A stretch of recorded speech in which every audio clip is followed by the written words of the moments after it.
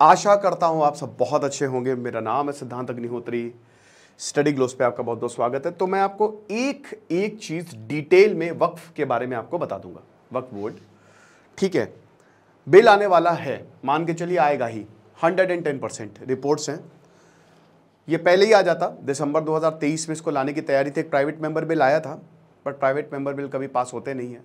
सरकार के जो सरकार में लोग नहीं होते, उसके अलावा जो लेके आते हैं, जो मेंबर ऑफ पार्लियामेंट है, तो बट सरकार के क्योंकि उनके पास बहुमत नहीं होती है, तो इसीलिए वो कभी पास नहीं हो पाता। लेकिन इसको भाई ठंडे बस्ते में डाल दिया गया था इलेक्शन तक। मैं आपसे देखिए, पहली बात तो बहुत ही ध्यान से, बहुत ही शांत से, अगर फालतू कमेंट्स करेंगे तो मैं उसको हटा दूंगा। बहुत अच्छे से इसको सुनिएगा, ठीक है ना।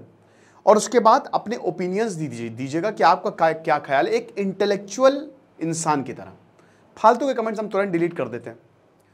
तो पहली बात यह है, ये टाइम्स ऑफ इंडिया का एडिटोरियल है और बहुत ही अच्छा एडिटोरियल लिखा है, बहुत ही खूबसूरत। तो जो भी मैं वर्ड्स बोल रहा हूँ वो टाइम्स ऑफ इंडिया के हवाले से बोल रहा हूँ, और जो मेरी इतिहास की थोड़ी समझ है, मैं अभी भी इतिहास का स्टूडेंट हूँ भाई।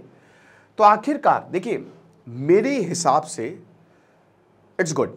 मैं अगर अपना आपको बताऊं, रेगुलेशन इज गुड, बट अभी हम वेट करेंगे कि उसमें क्या प्रोविजंस है। हर चीज में अगर रिफॉर्मेशन हो रहा है तो उसमें किसी को कोई आपत्ति नहीं होनी चाहिए। जैसे असदुद्दीन ओवैसी कह रहे हैं कि अगर ऐसा हुआ तो फिर ये बहुत गलत हो जाएगा, ये तो एडमिनिस्ट्रेटिव इंटरवेंशन है। यहाँ पे और लोगों ने भी बोला, जो शायद AIMPM उनके अध्यक्ष ने भी बोला था, मैं थोड़ा नाम भूल रहा हूँ, कि ये गलत है। लेकिन बहुत लोगों ने इसका स्वागत भी किया, बहुत सारे मुस्लिम्स ने, है ना। तो बेसिकली हमको रुकना चाहिए। 40 के करीब अमेंडमेंट्स प्रपोज किए गए हैं। जीएस पेपर 2 पॉलिटी के लिए सुपर इंपॉर्टेंट है। लक्ष्य बैच हमने चलाया हुआ है 10,000 रुपए का, 1 साल का, उसको आप जरूर अवेल करें। आंसर राइटिंग सेशंस 650 रुपए के, सिर्फ और सिर्फ, वो भी आप ले सकते हैं। और साथ ही साथ MCQs 10,000 MCQ का ये शानदार कोर्स है। 12 अगस्त से क्लासेस शुरू होंगी दोस्तों। हिंदी और अंग्रेजी दोनों माध्यम के छात्रों को बहुत फायदा मिलेगा। 10,000 कूपन कोड आप यूज करिए, आपको एक्स्ट्रा 500 ऑफ मिलेगा। चलिए, तो कंटेक्स्ट क्या है देखिए। वक्फ जो होता है उसको कई बार काफी समय से क्रिटिसाइज किया जा रहा है। देखिए, कोई भी चीज अगर धर्म से रिलेटेड होती है ना, तो वो अच्छी ही होती है। सबसे पहले तो हमको इस्लाम में मिलता ही है कि यहाँ पे प्रॉफिट मोहम्मद आए, उन्होंने लोगों की भलाई के लिए बहुत काम किया। उन्होंने आम के बाग लगवाए ताकि जितना हो सके मदीना के लोगों को मदद की जा सके। वहां से कंसेप्ट आया, फिर दिल्ली सल्तनत हो गया, बहुत ज़्यादा। मतलब देखिए, ज़मीन एक, it is very the most important thing. What is ज़मीन, लैंड। इसी को लेके युद्ध होते हैं, इसी को ही लेके युद्ध हुआ है जीवन में, मतलब अभी तक इतिहास में, और जीवन में भी अगर आप देखो आमतौर पे तो इसी लैंड डिस्प्यूट ही होते हैं, जिससे भाई भाई का दुश्मन होता है, भाई माँ का दुश्मन। मैंने भी एक क्राइम अफेयर्स, आप सब्सक्राइब करना, मैंने उसमें लेक्चर किया था कि बेटे ने माँ को जिंदा जला दिया जमीन के चक्कर में। डिस्क्रिप्शन में इसका लिंक दिया हुआ है। तो मैं वही बता रहा हूं कि लैंड डिस्प्यूट बहुत सारे होते हैं। और लैंड जो होता है ना भाई, जिसके पास जमीन है, बादशाह, क्योंकि जमीन एक ऐसा रिसोर्स है जो धीमे धीमे कम होगा और उसकी वैल्यू बढ़ती जाएगी। गुड़गांव में एक 900 स्क्वायर फीट का फ्लैट 1.5 करोड़ का है ना, ये हालात है। तो मुस्लिम वक्फ बोर्ड, भले ही ये इसकी जो एनुअल इनकम हो वो 200 करोड़ रुपए हो, ज्यादा नहीं है, लेकिन लाखों करोड़ों की प्रॉपर्टी है ना। समझ रहे हो कि 8.5 लाख के करीब प्रॉपर्टीज, 8 लाख हेक्टेयर्स के करीब प्रॉपर्टी इनके पास पड़ी हुई है। एकड़ों की प्रॉपर्टी पड़ी हुई है, तो 8.5 लाख करोड़ के करीब कीमत है इसकी, बहुत ज्यादा पैसा। तो बहुत लंबे समय तक इसको क्रिटिसाइज किया जाता है क्योंकि ये ओपैक है, ट्रांसपेरेंट। यही एक दिक्कत है, ये शायद इसको बदलेंगे। ओपैक है, ओपैक। अब देखिए, ट्रांसपेरेंसी चाहिए कि आप कैसे मैनेज कर रहे हो, क्या कर रहे हो। करप्शन का भी इनके ऊपर चार्ज लगता रहता है, और फंक्शनल नहीं है, बहुत पावर है इनको, एक्सट्रीम पावर। तीसरे नंबर पे आते हैं ये आर्मी, फिर रेलवे, और देन तीसरे नंबर पे वक्फ है। जितने मठ अखाड़ा, उनको भी इतनी ताकत नहीं दी गई, लेकिन वक्फ को बहुत ताकत दी गई 1954 का एक्ट और फिर 1995 के एक्ट के बाद, ठीक है। तो अब ऑटोनॉमी है ये। अभी पूरे देश में टोटल 30 वक्फ बोर्ड है, ठीक है। एक सेंटर में और राज्यों में अलग है, शिया सुन्नी का अलग है।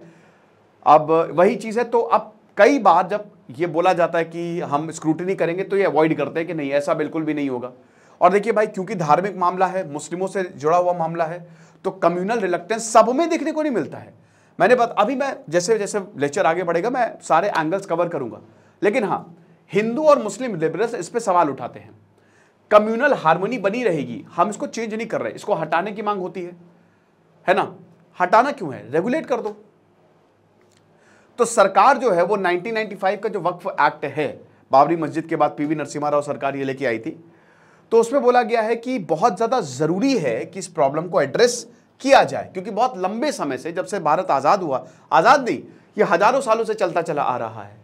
अब सबसे बड़ी बात, वक्फ होता क्या है, ये तो सर आपने बताया नहीं, पता ही होगा आपको, लेकिन मैं फिर से बता देता हूं। ये बेसिकली वाकूफा, एक अरेबिक वर्ड है, वाकूफा से डिराइव्ड है। इसका मतलब ये होता है रहना, टू स्टे, ठीक है। अब ये क्या है, जैसा कि हमने बात की, ये प्रॉपर्टी है, ये लैंड होता है बेसिकली, जो कि लोगों के लिए यूज किया जाता है। जैसे कोई जमीन है, आपने उस पर मस्जिद बनवा दिया, कब्रिस्तान बनवा दिया, हॉस्पिटल बनवा दिया, मतलब लोगों के लिए, जो अगर आप कोई लैंड यूज कर रहे हो तो वो पब्लिक वेलफेयर के लिए होता है। लेकिन इस्लाम में, याद रखिएगा, ये एक चैरिटेबल अरेंजमेंट है। वक्फ वो चीज है, वो पीस ऑफ लैंड होता है that is donated by the followers of Islam. Followers of Islam are Muslims. इस्लाम एक धर्म है, फॉलोअर्स है उसके मुस्लिम्स। तो जो मुस्लिम है, जो लैंड दे देते हैं, जमीन दे देते हैं, उनको वक्फ कहता है कि ये हमारी है। एग्जाम्पल, जैसे मान लीजिए कि अब्दुल एक आदमी है, अब वो अपने स्टेट के जो जहां पे भी वक्फ, जैसे मान लीजिए यूपी में रहता है, यूपी में सबसे ज्यादा, वो वक्फ बोर्ड पे के पास गया कि मेरी 2000 स्क्वायर फीट की एक प्रॉपर्टी है, आप उसको ले लीजिए, आप उसको चैरिटेबल पर्पस के लिए यूज करिए, क्योंकि इसमें मेन चैरिटेबल पर्पस के लिए ही यूज होता है ये, ठीक है ना, कि लोगों की मदद के लिए आप उसके लिए यूज करिए। तो यहां पे अपनी प्रॉपर्टी उसने दान दे दी। अब अगर मान लो कि 8 साल बाद वो बोले कि नहीं नहीं, प्रॉपर्टी हमको वापस दीजिए, नहीं, एक बार प्रॉपर्टी वक्फ के पास चली गई तो फिर वापस नहीं मिलती। अब जो 2 एक्ट है इसको बहुत स्ट्रेंथन करते हैं, बहुत ज्यादा, और ये मूवेबल और इमूवेबल, ये कुछ भी हो सकता है। आप समझ रहे हो, that can come under Waqf board. कोई भी एडल्ट मुस्लिम जो है वो अपनी, और याद रखिएगा नॉन मुस्लिम्स नहीं कर सकते, मुस्लिम ही कर सकते हैं, ऐसा नहीं है कोई हिंदू पारसी नहीं कर सकता, ठीक है, तो मुस्लिम को ही ये है। लेकिन अगर आप मुस्लिम को फॉलो कर रहे हैं धर्म को, तब जाके कर सकते हैं। तो इस्लामिक एंगल यहां पे है, तो एनी एडल्ट मुस्लिम अपनी प्रॉपर्टी वक्फ को दे सकता है। अब वक्फ याद रखिएगा ये वॉलेंट्री एक्ट है, आपको मन है दीजिए, ना मानो, कोई जबरदस्ती नहीं है, ठीक है ना। आज़ादी के बाद बहुत सारे जो हिंदूज हैं, मुस्लिम्स हैं, वो देश छोड़ के गए, अपनी प्रॉपर्टी छोड़ के गए, बहुत सारे पाकिस्तान चले गए, तो वो ऑटोमेटिकली वक्फ के बाद पास चली गई, वक्फ को रेगुलेट कर रहा है। और ये नॉर्मल जमीनों के साथ नहीं हुआ, जो हिंदू छोड़ के गए ना, उनके साथ ऐसा नहीं हुआ, वो बांट ली, लेकिन यहां पे ये वक्फ बोर्ड एक बनाया गया, उसके पास चली गई, कोई दिक्कत नहीं है इसमें, है ना। तो यहां पे तो देयर इज नो कंपल्शन, की कंपल्शन नहीं है। देखिए, एक आपको पता है कि इस्लाम के 5 प्रिंसिपल, इसमें ज़कात एक बहुत इंपॉर्टेंट प्रिंसिपल होता है कि आपको जो लोग हैं, जो नीडी हैं, उनकी हेल्प करनी है, ठीक है ना। तो इसको इससे जोड़ के भी देखा जाता है, तो दिस इज मैंडेटरी। अच्छा देखिए, जो वेल्दी मुस्लिम्स हैं, जो अमीर हैं, उनके लिए मैंडेटरी है। 2.5% उनकी जो सेविंग है, याद रखिएगा ज़कात की बात कर रहे हैं, वो नीडी को दी जाती है, इसको कहते हैं ज़कात, राइट। तो 5 प्रिंसिपल जो फंडामेंटल प्रिंसिपल्स है, उनमें एक ये भी है।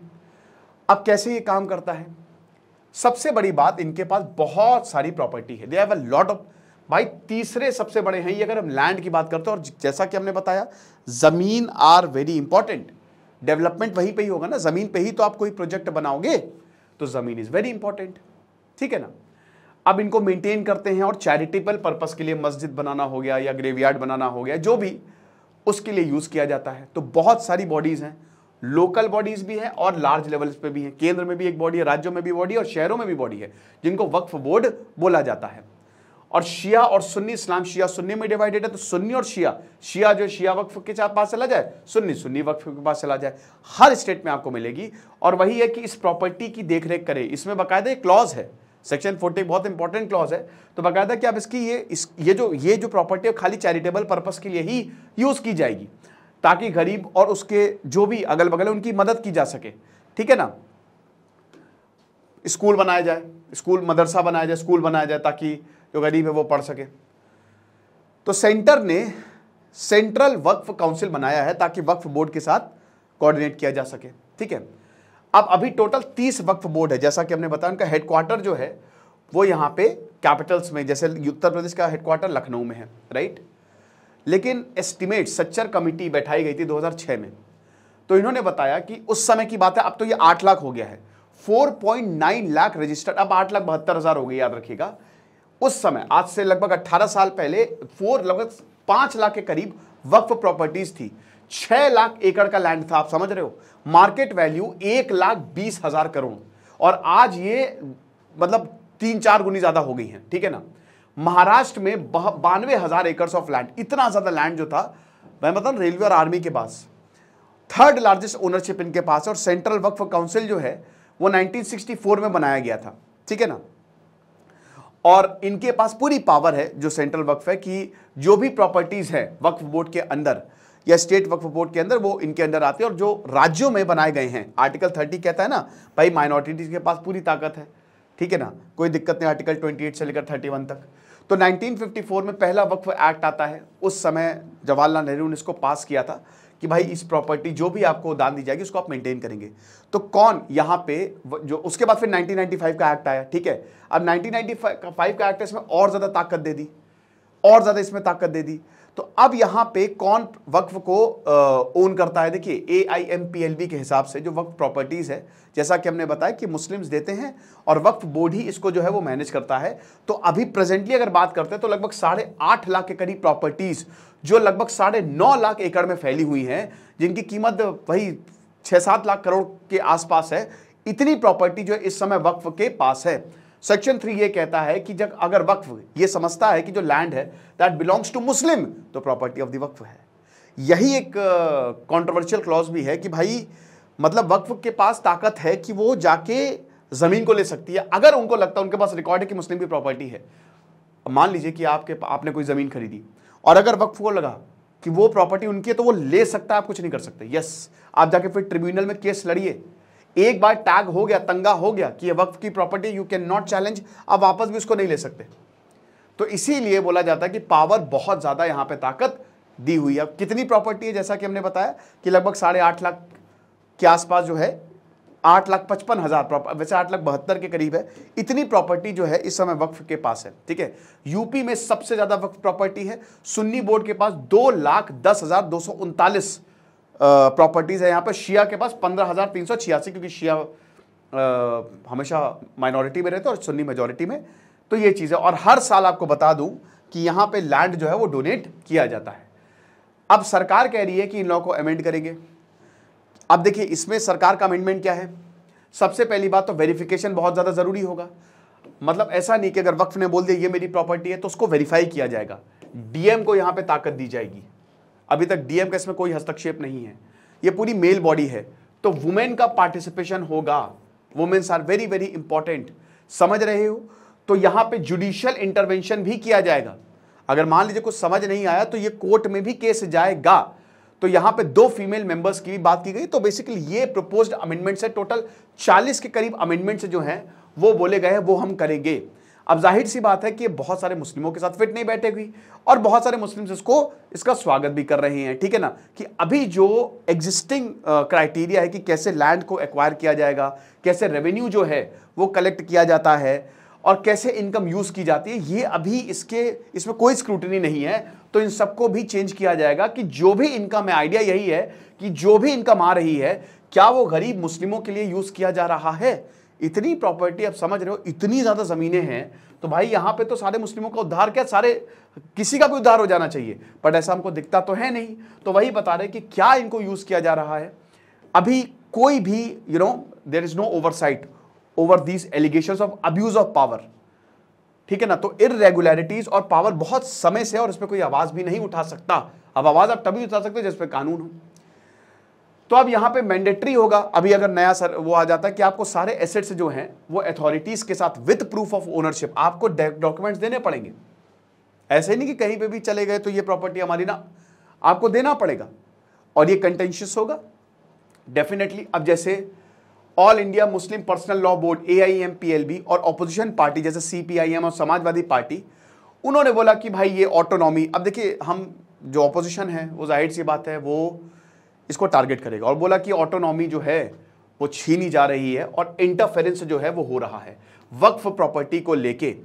AIMIM असदुद्दीन ओवैसी ने बोला कि भैया ये बहुत, आप समझ लो कि ये गलत हो जाएगा। उन्होंने तो साफ बोल दिया कि भाई ये बहुत ज़्यादा गलत हो जाएगा। लेकिन ऑन दी अदर साइड हम अभी दूसरे पक्ष को भी देखेंगे। दो यहां पे कंट्रोवर्सीज है, ठीक है ना। सबसे पहले तो जो यहां पे ऑल मेल डिसीजन है, देखिए ये तो बिल्कुल सही है ना कि हम क्यों वुमेन्स का पार्टिसिपेशन नहीं बना रहे, ठीक है। तो हमको सबसे पहली बात देखिए, अगर मुस्लिमों को एलिवेट करना है तो मैं तो बोलता हूं भाई वुमेन्स का पार्टिसिपेशन बढ़ाओ। कोई भी कम्युनिटी को एलिवेट करना है तो उसमें औरतों को लेके आइए। उनकी वो जन्मजात होती है, उनका एडमिनिस्ट्रेशन जन्मजात बहुत बड़ी है। जो परिवार को चला लें वो किसी को भी चला सकती है, आप समझ रहे हो। तो all mail decision making bodies में आपको दो औरतें तो चाहिए ही चाहिए। अभी एक CEO होता है, फिर MLA MP भी उसमें होते हैं, फिर एक IS लेवल का भी अधिकारी होता है, सब अभी एक पूरी बॉडी होती है वक्फ की, आप समझ रहे हो।